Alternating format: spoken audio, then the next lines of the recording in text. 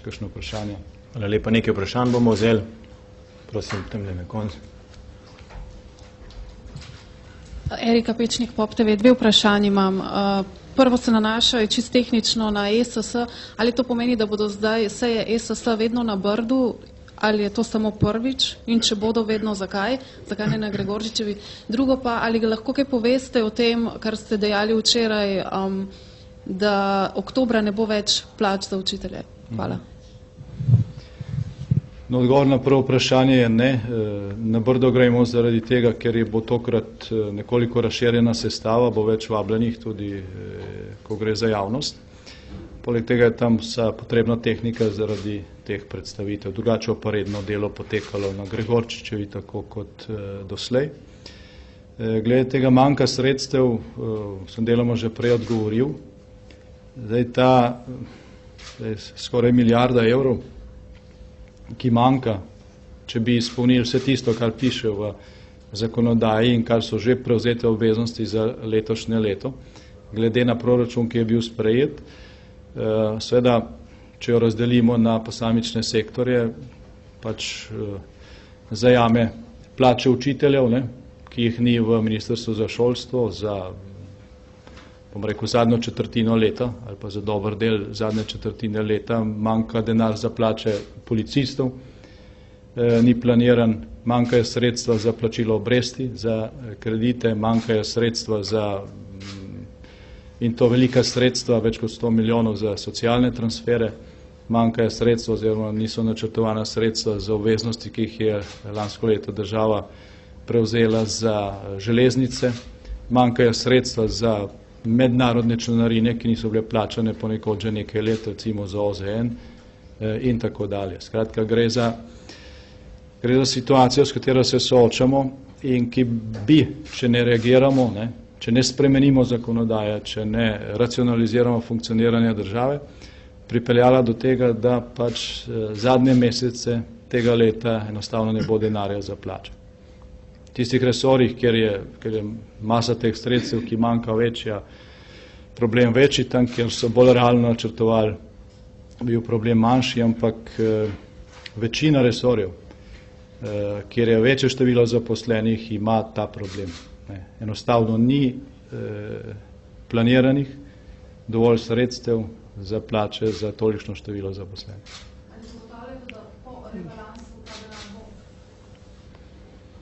Tega v tem trenutku ne more nihče zagotoviti, ko bodo postavljeni pač ti makroekonomski okviri rebalansa proračuna, se bo vedelo, za koliko ta denar bo. Hvala lepa, še predstavite, če se lahko na začetku. Vrtovec STA. Prosila bi vas za en komentar na današnjo napoved Evropske komisije, da se bo slovensko gospodarstvo letos skrčilo za 0,1%. In če lahko še vaša ocena, je to realističen scenarij, bi lahko bilo v koncu leta boljše, slabše in kaj bo država storila ali mora storiti, da bi bilo boljše od napovedi? Vladni urad za makroekonomske analize in razvoj načrtuje oziroma dela polnodansko poročilo, ki bo podlaga za ta makrookvir za rebalans. Mislim, da bo končano v nekaj dneh oziroma naslednji teden. Ocena gospodarske rasti mislim, da bo podobna, ne vem kakšna bo, ampak mislim, da bo glede na vse kazalce podobna, kot je ta napoved Evropske komisije. In sedaj iz tega bomo morali izhajati pri pripravi rebalansa proračuna, kar praktično rečeno pomeni, da bo sredstev, ki jih lahko pričakujemo v proračun, še manj, kot pa se je načrtovalo takrat, ko je bil proračun za letošnje leto, ki ni realen sprejeman, pa že tukaj gre za velike škarje v višini skoraj milijarde evrov. Kako ravnati, da bo situacija drugo leto boljša? Tako, da pač izpolnimo program, ki ga ima vlada oziroma ki ga ima koalicija. Nujno je potrebno racionalizirati funkcioniranje države. Dr. Pličanič, minister za pravosodje in javno upravo, bo kasneje predstavil. Izhodišča oziroma ključno vsebino zakona o državni upravi, ki ga je vlada tudi danes obravnavala, šlo je za, recimo temu, drugo fazo racionalizacije, potem ko smo zmanjšali število ministrstev. Zdaj grejo napori v to smer, da se bistveno zmanjša tudi število vseh drugih državnih in paradržavnih organov in institucij in se na ta način racionalizira funkcioniranje države. Je pa to seveda samo polovica dela, ki nas čaka. Druga polovica je zagon ponovne rasti in v zvezi s tem so v našem programu predvideni ukrepi, ki bodo omogočili, da bo gospodarstvo delovalo da se bo gospodarstvo pri delovanju srečevalo z manj birokratskimi ovirami, da bo finančni servis za gospodarstvo bolje deloval preko seveda sanacije bančnega sistema in da bo podjetništvo v Sloveniji deležno pač tretmaja, ki omogoča, da dosega rast in ustvarja tudi nova delovna mesta. Se pravi, problema se lotevamo na obeh straneh. Vemo, da samo z zatiskanjem pasu ne bomo išli iz krize. Treba je ponovno zagnati tudi rast in to je ravno zaradi te zahteve je naloga, ki je pred vlado, tako kompleksna. Treba je delovati v obeh smereh, v pogojih, ki so oteženi zaradi javnofinančne situacije, o kateri sem prej govoril. Še eno vprašanje. Vi ste že dejali, tudi vaši ministri, odpuščanja so realnost. Ampak mi smo recimo izračunali, da v prvem letu odpuščeni delavec stane več kot redno zaposleni delavec. Me zanima, če morebiti razmišljate, da bi ponudili socialnim partnerjem nižanje plač in bi tako pač obdržali zaposlene z nižjimi plačami. In še drugo vprašanje, glede univerzijade me zanima. Mednarodna zveza nas bo tožila, to nas morda utegne veliko stati, celo več kot prireditev, menda, kaj pravite na to? Na to zadnje je težko karkoli rečem. Vlada je že na prejšnji seji ugotovila, da sredstev za univerzijado v proračunu ni načrtovanih in da teh sredstev tudi ni možno zagotoviti z rebalansom proračuna. In tam, kjer ni, tudi pač ta mednarodna organizacija ne bo mogla vzeti. Kar se tiče prvega vprašanja, je tukaj treba gledati na problem oziroma na dilemo strukturno ali pa, če hočete, srednjeročno in dolgoročno. Eno je znižati porabo v proračunu tako, da črtaš izdatke, ki obremenjujejo davkoplačevalce samo v tekočem letu. Se pravi, investicije, recimo, ki so planirane za letos, če to črtamo, se da nekaj pridobimo, tisto vsoto pridobimo v letošnjem letu. To seveda ni rešitev. Rešitev je, da se izdatki strukturno zmanjšajo, kar seveda pomeni, da če znižamo zdaj dejansko preglomazno organiziranost državnega ali pa paradržavnega sektorja v Sloveniji in s tem povezano zaposlenost, to pomeni, da ti prihranki niso samo v tekočem letu in tekočem proračunu, ampak tudi drugo leto in tako naprej. In imate prav, glede na to, da imajo tisti, ki so zaposleni v javnem sektorju, enake pravice kot v gospodarstvu. V primeru, da nekdo izgubi delovno mesto, dobi pravico do odpravnin in vsega ostalega in to je seveda strošek, vendar je to en kratek strošek, ki ga je treba plačati v tekočem letu. Ne bremeni pa to proračuna naslednje leto, pa leta 2014, 2015 in tako naprej. In to je tisto, kar bo seveda tudi delegacija Evropske komisije natančno pogledalo. Eno je primanjkljaj, druga je strukturni primanjkljaj in nič ne bomo dosegli, če nižamo tekoči primanjkljaj, treba je zmanjšati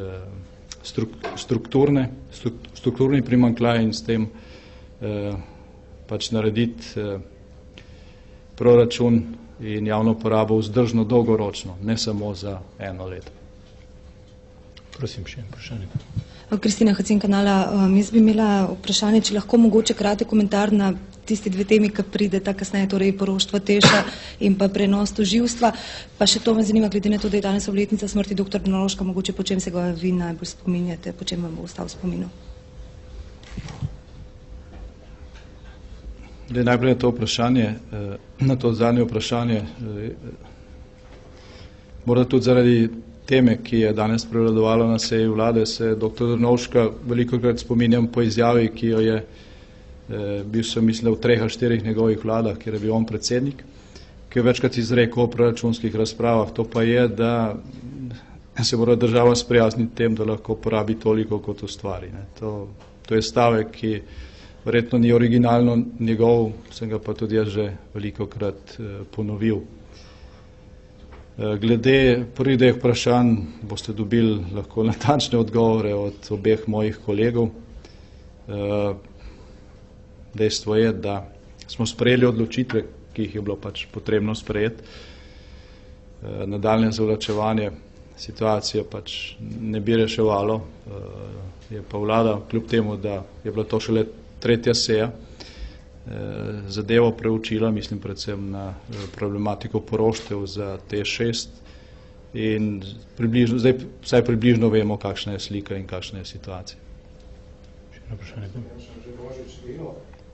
Mene pa zanima spreminjanje koalicijske pogodbe. Kaj ste se predsedniki strank včeraj dogovorili, kje boste koalicijsko pogodbo spreminjali in na kakšen način? V igri je seveda prenos tožilstva in pa gospodarske diplomacije.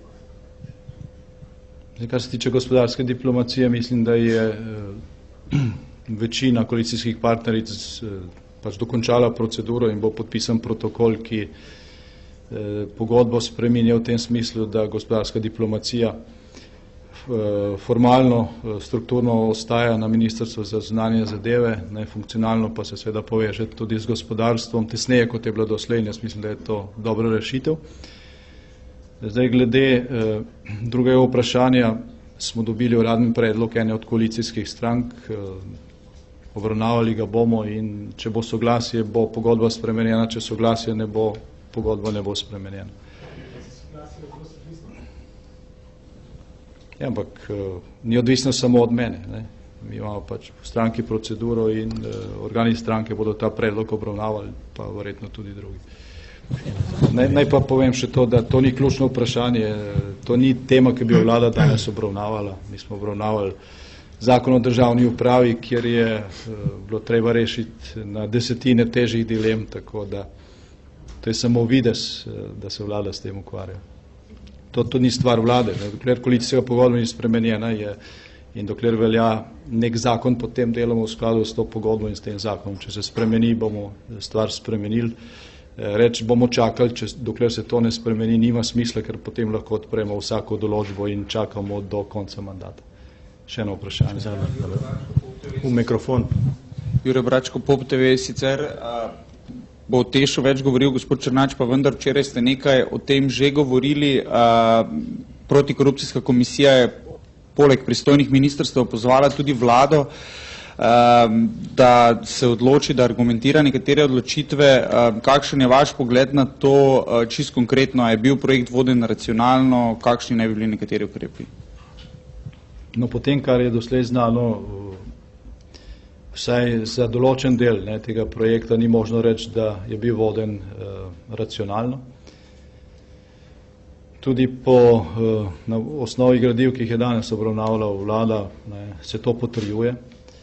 Vlada je že na prejšnji seji zahtevala nekatera dodatna pojasnila, pravzaprav je te zahteve samo ponovila, ker je že prejšnja vlada spomladi lanskega leta zahtevala od vseh pristojnih za to investicijo dodatna pojasnila in kolikor vemo, jih še vedno ni dobila. In zaradi tega je tudi pozitivno mnenje na zakon o poroštvih pogojevan. Vlada je postavila določene pogoje, pod katerimi je to mnenje lahko pozitivno, oziroma vlada daje pozitivno mnenje. Ni pa vlada tista, ki to odločitev sprejema, sprejema jo državni zbor.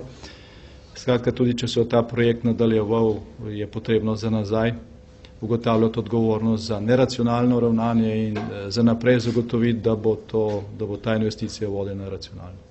Hvala lepa. Hvala, predsednik.